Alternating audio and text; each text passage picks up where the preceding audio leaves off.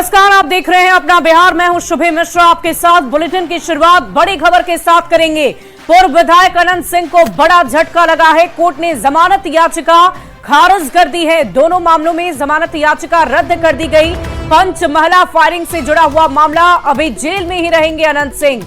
ऊपरी अदालत में दाखिल होगी याचिका। इस वक्त की बड़ी खबर आपको बता रहे हैं। अनंत सिंह से जुड़ी हुई आपको बता दें कि इस मामले में सुनवाई होनी थी, लेकिन उनकी जमानत याचिका को खारिज कर दिया गया है। दोनों ही मामलों में जमानत नहीं मिलेगी, याचिका रद्द कर दी गई है।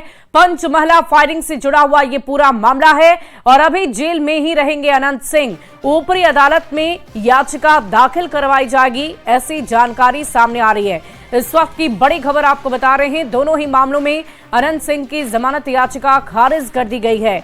आपको बता दें कि 6 फरवरी को अनंत सिंह की तरफ से याचिका दाखिल की गई और 22 जनवरी को भी इस पूरे मामले में सुनवाई होनी थी। सोनू मोनू के ईंट भट्टे पर मुंशी मुकेश के ऊपर गोलीबारी की घटना हुई थी। मोकामा शूटआउट मामले में पूर्व विधायक अनंत सिंह को झटका लगा है। पटना के एमपी एमएलए कोर्ट ने उनकी नियमित जमानत याचिका खारिज कर दी है।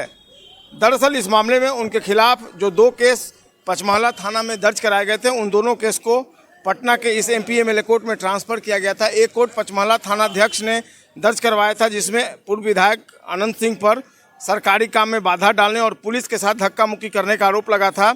जबकि दूसरा केस सोनू मोनू की मदर और मुखिया उर्मिला सिन्हा ने दर्ज कराया था, जिसमें अनंत सिंह पर फायरिंग का आरोप लगाया गया था। इन दोनों मामले में कोर्ट में सुनवाई हुई थी और पुलिस से केस डायरी की मांग की गई थी। और केस डायरी की मांग के बाद अनंत सिंह के वकील ने अपना पक्ष रखा था और कहा था कि उनके मुवक्किल को किसी ने फायरिंग करते हुए नहीं देखा है। ऐसे में उनके खिलाफ बेसलेस एलिगेशन लगाया गया है, इसलिए उनकी जमानत याचिका जो है वो स्वीकार की जाए। लेकिन जमानत याचिका पर सुनवाई करते हुए कोर्ट ने उनको कोई राहत नहीं दी है और निश्चित तौर पर उन्हें झटका लगा है। उनके समर्थकों में मायूसी है और अब अनंत सिंह के जो समर्थक हैं और उनके वकील का कहना है कि आज जो कोर्ट का फैसला आया है, इसको ये ऊपरी अदालत में यानी जिला जो जज हैं उनकी अदालत में इस आदेश को चुनौती देंगे और उनकी नियमित जमानत याचिका के लिए कोर्ट से प्रार्थना करेंगे। संजय कुमार, न्यूज़ 18 पटना। और इसी बीच गया से खबर आपको बताएं, जहां जेडीयू नेता की गोली मारकर हत्या कर दी गई है। घटना बेलागंज के चूलीहारा गांव की है। हैरान करने वाली बात तो यह है कि जिस चंचल मिश्रा के पिता के श्राद्ध का भोज खाने के लिए गए थे, उसी चंचल मिश्रा और उसके सहयोगियों पर हत्या का आरोप लगा है। हत्याकांड के पीछे चुनावी रंजिश बताई जा रही है। चंचल मिश्र के यहां श्राद्ध का भोज खाकर जैसे ही महेश मिश्र लौट रहे थे, घर के पास कुछ लोगों ने घेर लिया, ताबड़तोड़ गोलियां की बौछार कर दी, जिसमें महेश मिश्रा की मौके पर ही मौत हो गई है। चंचल मिश्र और उसके कुछ सहयोगियों पर गोली मारने का आरोप लगने के बाद चंचल मिश्र फिलहाल मौके से फरार बताए जा रहे हैं। पुलिस ने फिलहाल इस पूरे मामले की जांच पड़ताल सघनता से शुरू कर दी है और एहतियातन कुछ लोगों को गिरफ्तार भी किया गया है।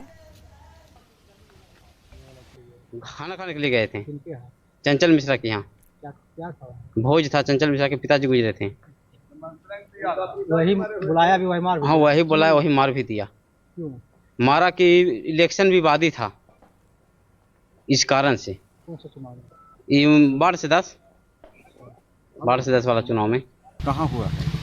तो गांव में ही एक भोज खाने के लिए गए थे, उसी क्रम में खा करके निकल रहे थे और इनको 4 गोली मार दिया गया है। फिर उसी क्रम में हम थाना अध्यक्ष से बात किए। थाना अध्यक्ष बोले कि हाँ का ये सत्य बात है, महेश जी की हत्या हो गई है। उसी में हम कुछ लोगों को अरेस्ट भी किए हैं और हमारी कार्रवाई चालू है। और बड़ी खबर गोपालगंज से आ रही है, जहां बहन को इंटर की परीक्षा दिलाने जा रहे भाई की अपहरण कर हत्या कर दी गई है। घटना थावे थाना क्षेत्र के कविलालपुर नहर के पास की है। सूरज कुमार यादव ऊचका गांव थाना क्षेत्र का रहने वाला था।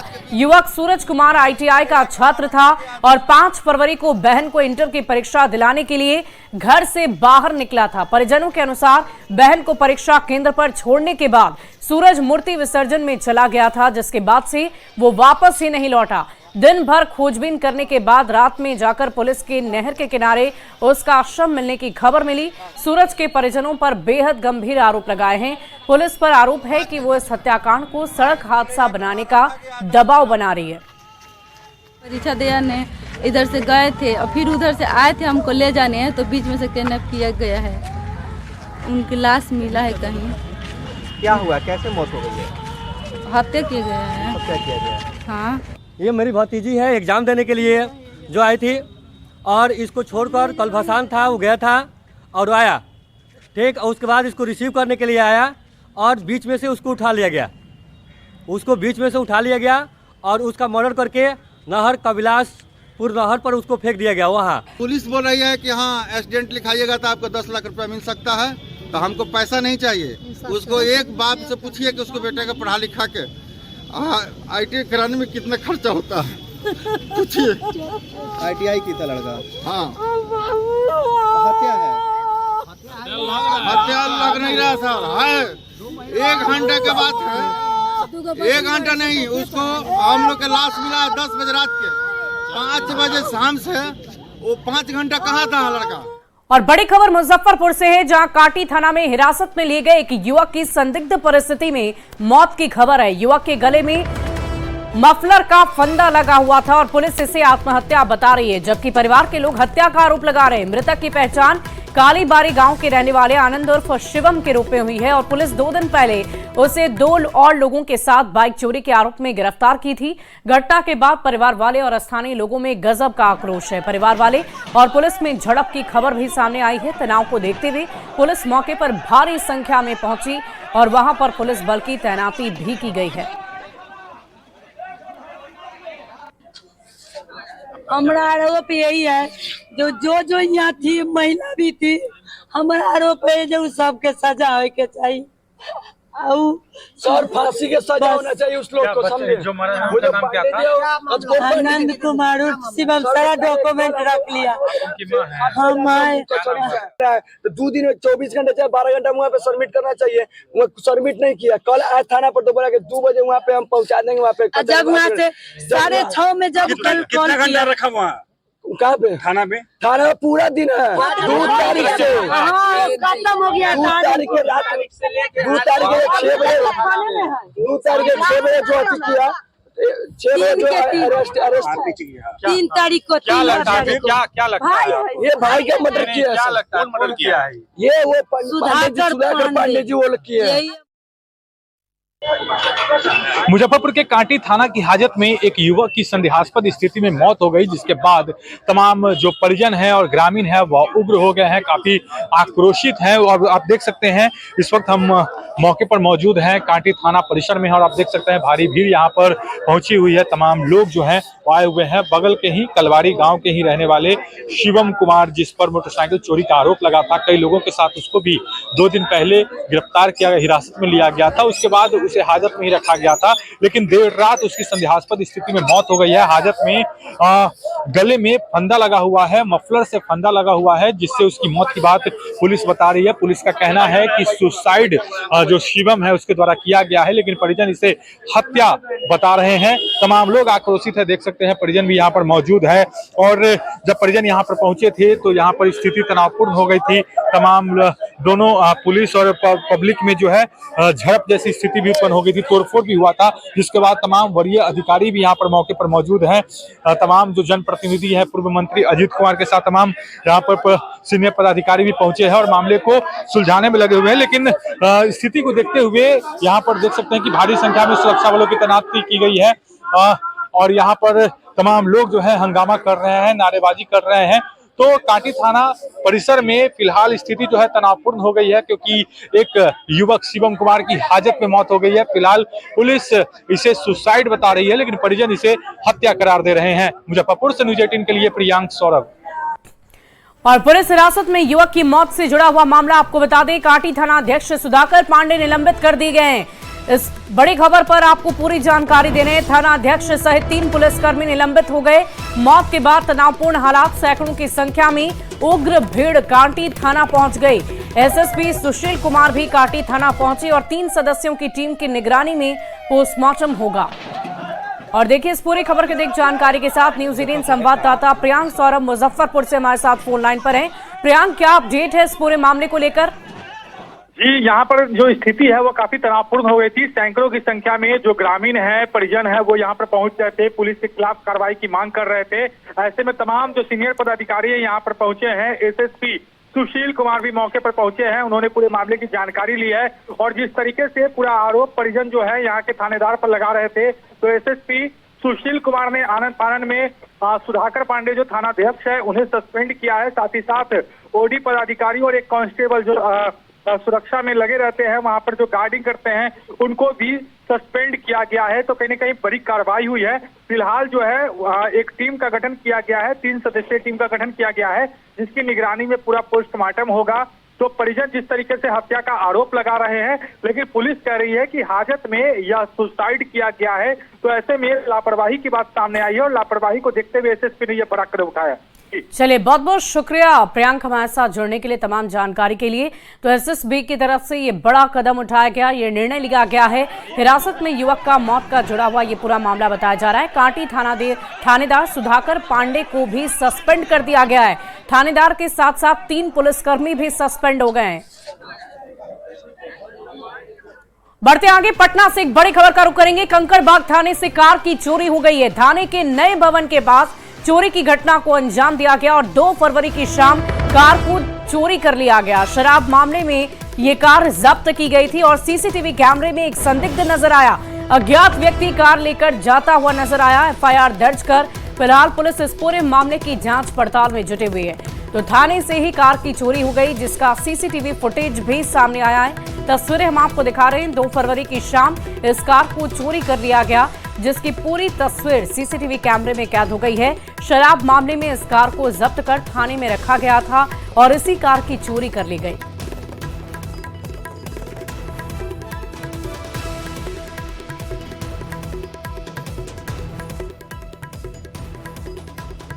और राहुल गांधी के बिहार दौरे और जातीय गणना पर सवाल उठाए जाने के बाद डिप्टी सीएम विजय सिन्हा ने पलटवार किया है।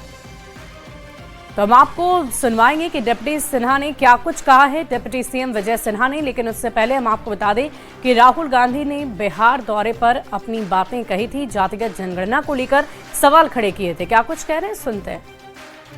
पूरे देश से साफ हो रहे हैं, बिहार में भी उनको भय लगा हुआ है नीचे, लेकिन बिहार की जनता मन मिजाज बना चुकी है। जो बिहारी शब्द को बदनाम किए हैं, बिहारी शब्द को गाली बनाए, वैसे लोगों की जमात के साथ वो बिहार की जनता को भड़मा नहीं सकते। बिहार की जनता मोदी जी और नीतीश जी के डबल इंजन की सरकार के साथ चलने के लिए संकल्पित है।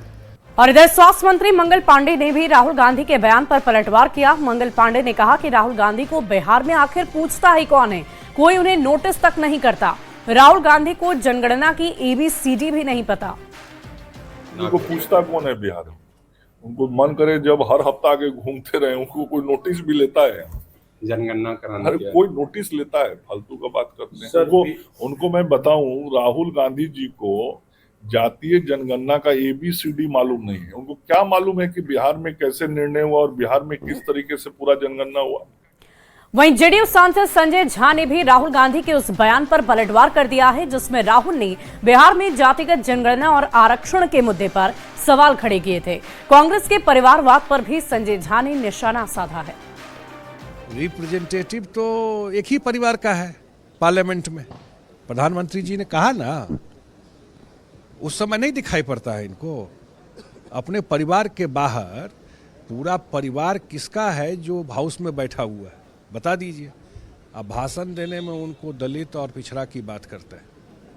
जिस स्टेट में वो गए हैं, बिहार गए थे ना, तो बिहार में जब उनकी सरकार थी आरजेडी के साथ, जो सरकार चलाए 15 साल, पंचायत में भी दलित को आरक्षण नहीं दिए थे, नहीं था। जब नीतीश कुमार जी आए हैं तो 2006 में पंचायत में अति पिछड़ों को और दलितों को आरक्षण दिया गया। वहीं दिल्ली चुनाव को लेकर केंद्रीय मंत्री चिराग पासवान ने दावा कर दिया है कि 8 फरवरी को दिल्ली में बीजेपी की सरकार बनेगी। चिराग ने अरविंद केजरीवाल पर भी निशाना साधा है और झूठे वादे करने का आरोप भी लगाया। अपने अनुभव से मैं इस बात को कह सकता हूं कि इस बार दिल्ली की जनता ने प्रधानमंत्री नरेंद्र मोदी जी की सोच वाली डबल इंजन की सरकार को चुनने का फैसला किया। कारण है कि पिछले 5 साल में जिस तरीके से इससे बहाने सुनने को मिले और जो वादे किए थे केजरीवाल जी ने, उन्होंने खुद ही कहा था कि अगर यमुना साफ नहीं कर पाऊँ तो मैं मुझे वोट मत दीजिएगा। तो जनता ने इस बात को माना ना कि भाई आपने अपनी सहूलियत की तो चीज़ें कर ली। आपने कहा था कि गाड़ी नहीं लूँगा, बंगला नहीं लूँगा, सिक्योरिटी नहीं लूँगा, अपना भौकाल पानी में शायद ही आज आपसे आगे कोई और नेता होगा। अपनी चीज़ें आपने कर ली, पर जब जनता को सहूलियत देने की बात आई तो एलजी साथ नहीं देता, केंद्र सरकार साथ नहीं देती, तो माइट एज वेल फिर एक ऐसी सरकार को दिल्ली की जनता चुने जिसको पूरा समर्थन केंद्र सरकार का मिले, हर तरीके से वो आपके वादों पर वो खरा उतर सके।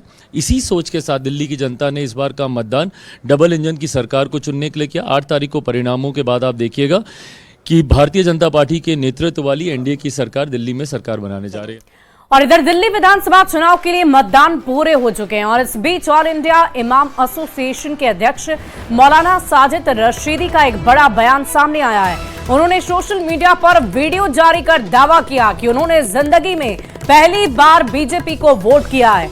मौलाना रशीदी ने यह भी कहा कि विपक्ष ने एक ऐसा परसेप्शन क्रिएट बनाया जिससे मुसलमान बीजेपी के दुश्मन हो गए। मैंने वोट कर दिया है और मैंने ये वोट किसको किया है आपको सुनकर बड़ा आश्चर्य होगा। मैंने ये वोट भारतीय जनता पार्टी को किया है। जिंदगी में पहली बार मैंने भारतीय जनता पार्टी को वोट किया है।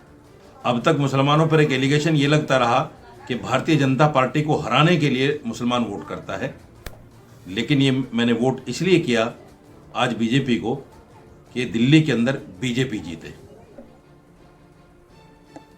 मैंने बीजेपी को वोट करके अपने वीडियो को इसलिए वायरल किया है कि मुसलमानों को डराया जाता है बीजेपी के नाम पर, और विपक्षी पार्टियां ये कहती हैं कि मुसलमान बीजेपी को हराने के लिए वोट करता है, और उनके जहन में, मुसलमानों के दिमाग में ये बात डाली जाती है कि बीजेपी को हराओ, नहीं तो बीजेपी आएगी तो आपके अधिकार छीन लिए जाएंगे, आपका वोटर अधिकार भी छीन लिया जाएगा। इसलिए मुसलमानों के दिल से वो डर ख़त्म करने के लिए मैंने वोट किया है।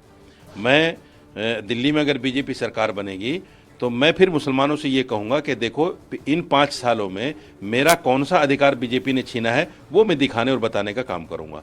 एक नई सोच मेरे दिल में पैदा हुई है कि मुसलमानों के अंदर से वो डर खत्म किया जाए।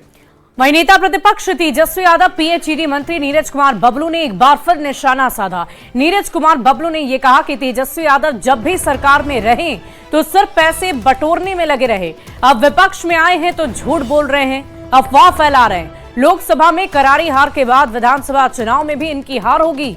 उन्होंने राहुल गांधी पर भी जोरदार हमला बोला और ये कहा कि राहुल गांधी को कोई ज्ञान नहीं, उन्हें बिहार में जलेबी की फैक्ट्री लगानी चाहिए।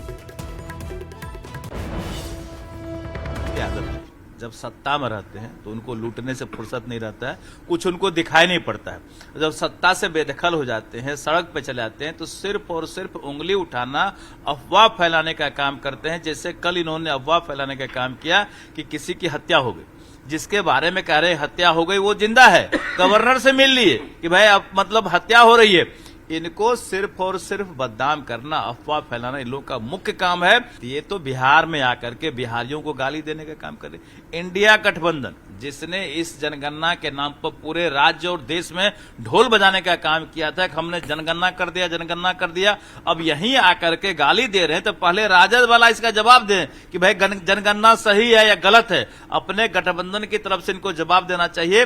बाकी हम जनता देख रही है कि ये लोग कितने झूठे हैं, कितने फरेब हैं। कोई ज्ञान ही नहीं है कि भाई कौन हमारे महापुरुष थे, बिहार में क्या चलता है, देश में क्या चलता है। मौका मिलता है कहते हैं कि हम जलेबी का फैक्ट्री लगा देंगे, कहते हैं आलू से सोना निकाल देंगे। तो हम उनसे एक ही आग्रह करते हैं, बिहार में बेरोजगारी अगर है, कहते बेरोजगार है, तो जलेबी का फैक्ट्री बिहार में लगा दे, बड़ा स्वागत करेंगे, हम माला पहनाएंगे राहुल गांधी जी को।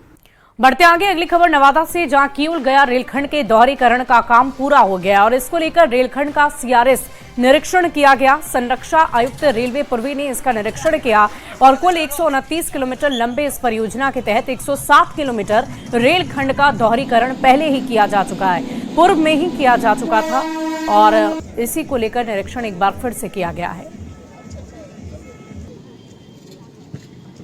गया रेलखंड के दोहरीकरण का कार्य अब पूरा हो चुका है। किउल से लेकर गया तक के कुल 129 किलोमीटर का दोहरीकरण अब पूरा हो चुका है। नवादा और तिलैया के बीच का ही कार्य केवल इस रेलखंड पर छूटा हुआ था और आज इसका सीआरएस इंस्पेक्शन भी किया जा रहा है। कुल 19 किलोमीटर के इस सेक्शन का आज पूर्वी प्रमंडल रेलवे सुरक्षा आयुक्त के द्वारा आज इसका इंस्पेक्शन किया जा रहा है और वहां से ग्रीन सिग्नल मिलते ही अब से इन रेलवे ट्रैक पर ट्रेनें जो है वो अपने मैक्सिमम परमिसिबल स्पीड 100 किलोमीटर जो है उससे गुजरेगी और इस दोहरीकरण और विद्युतीकरण का कार्य हो जाने के बाद रेलवे जर्नी जो है वो पूरी तरह से आसान हो जाएगा और पहले जहां लोगों का काफ़ी लंबा समय इसमें लगता था, अब जो है उन्हें कम समय में इस पूरे रेलखंड में ट्रेन का सफ़र कर सकते हैं और एक सुरक्षित यात्रा का भी आनंद ले सकते हैं। कई सालों से इस रेलखंड का काम चालू था मगर कोविड और अन्य कारणों के कारण इसका काम जो है थोड़ी देर तो हुई मगर समय के बाद भी इस रेलखंड का दोहरीकरण जो है अब पूरी तरह से कर लिया गया है। तो आने वाले समय में इस रेलवे ट्रैक को कई ट्रेनों की सौगात भी मिल सकती है। हालांकि अभी वंदे भारत एक्सप्रेस समेत कई पैसेंजर ट्रेन इस पे चल रही है मगर लोगों को उम्मीद है कि बहुत जल्द इस रेलवे ट्रैक को नई ट्रेनों को भी सौगात मिलेगी। नवादा के लिए ये एक अच्छी सौगात है और जो एक लंबे समय का जो इंतजार था वो अब जाकर पूरा हुआ है। अनिल विशाल, न्यूज़ 18 नवादा। और फिलहाल इस बुलेटिन में अभी के लिए बस इतना ही। आप बने रहे न्यूज़ 18 बिहार झारखंड के साथ।